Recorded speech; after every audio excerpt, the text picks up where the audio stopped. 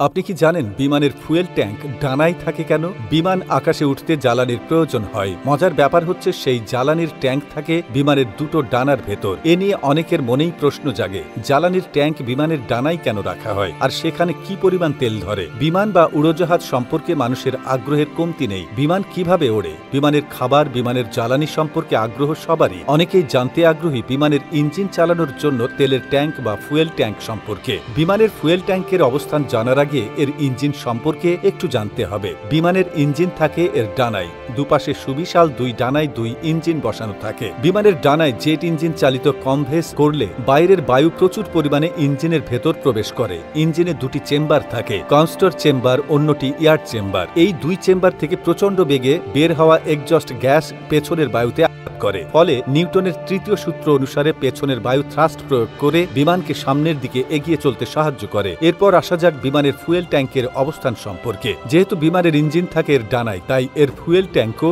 ডানাতেই থাকে। দুটি বিশাল ডানার ভেতরে ফাঁপা স্থানে তেল নেয়া দুটি ট্যাঙ্ক রাখা হয়। এই ফুয়েল ট্যাঙ্ক দুটি এমনভাবে সেট করা হয় যেন দুর্ঘটনার সময় ফুয়েল ট্যাঙ্কে আগুন না ধরে যায়। আরেকটি ব্যাপার হচ্ছে, এই দুই ডানায় অবস্থিত দুটি ফুয়েল ট্যাঙ্কের একটির সঙ্গে আরেকটি সংযোগ থাকে। যখন একটি ট্যাঙ্কের তেল শেষ হয়ে যায় তখন অন্য ট্যাঙ্ক চালু হয়ে যায়। একটি বিমান যদি 10 ঘন্টা একটানা ওড়ে তাহলে তার ট্যাঙ্কে কমপক্ষে 1.5 লাখ লিটার তেল মজুদ থাকে। এ থেকে একটা ধারণা পাওয়া যায় যে কি পরিমাণ তেল দিতে সক্ষম বিমানের ফুয়েল ট্যাঙ্ক। বিমানে কয়েক ধরনের জ্বালানি ব্যবহার করা হয়। এর মধ্যে একটি বিশেষ ধরনের পেট্রোলিয়াম ভিত্তিক জ্বালানি হচ্ছে এভিয়েশন ফুয়েল। এটি পাওয়ার অ্যাপ্রে পপড ব্যবহৃত হয়। হিটিং বা রোড ট্রান্সপোর্টের মতন কম তাৎপর্যপূর্ণ ব্যবহৃত জ্বালানির তুলনায় এটি উচ্চমানের হয়ে থাকে। এতে কিছু বিশেষ মিশ্রণ থাকে যার কারণে উচ্চ তাপমাত্রায় আইসিং বা বিস্ফোরণ ঝুঁকি কমায় এই জ্বালানি। বর্তমানে বাণিজ্যিক বিমান সংস্থা এবং সর্বনিম্ন ব্যয়ের জন্য জেট জ্বালানি ব্যবহার করে থাকে। জানলে অবাক হবেন যে এক্ষেত্রে কেরোসিনও ব্যবহার করা হয়। জেট ফুয়েল বলতে পরিশোধিত কেরোসিন ভিত্তিক জ্বালানিকেই বোঝানো হয়, যা টারবাইন ইঞ্জিন,